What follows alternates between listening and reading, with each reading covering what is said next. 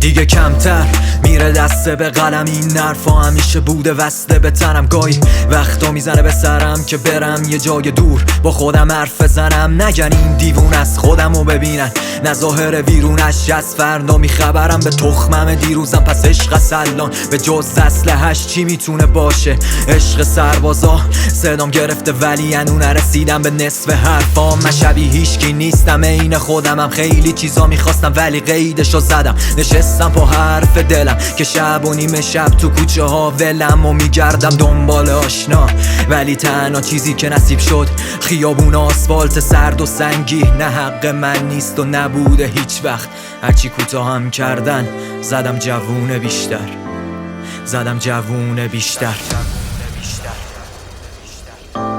جوانی شمع ره کردم که جویم زندگانی را، نجستم زندگانی را و گم کردم جوانی را. کنون با بار پیری آرزومندم که برگردم به دنبال جوانی، پور راه زندگانی را.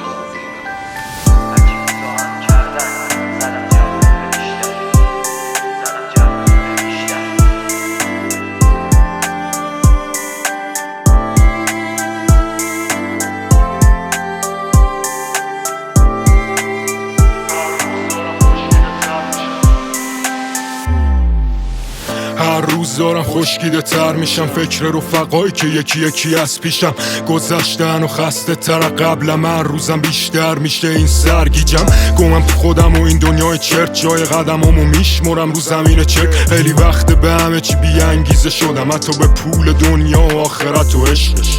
جای چکایی که به خودم میزنم تو آینه هنو مونده کبودیشون اصلا. 20 سال واسه چی جون کندم که هر رو بکنم بازم یه قدم پس رفت. میگم مرد میشی تجربه همشو، یه مشکلیشه که رفتم بچگی تا تشو. دنبال توجه نیستم ازتون، تو داستان من جا نیست واسه همتون. خستگی رو تنم در نمیاره هیچی، فقط دنبال یه کنج خلوت میگردم تا خالی کنه خودم و تو تکسام با کلمه ها تو هر خط. بذارید یه کمی خلوت کنم با خودم، شاید یه رو پیدا کردمش، همون منی که تو چند سال گذشته لابلای ثانیه ها گم کردمش.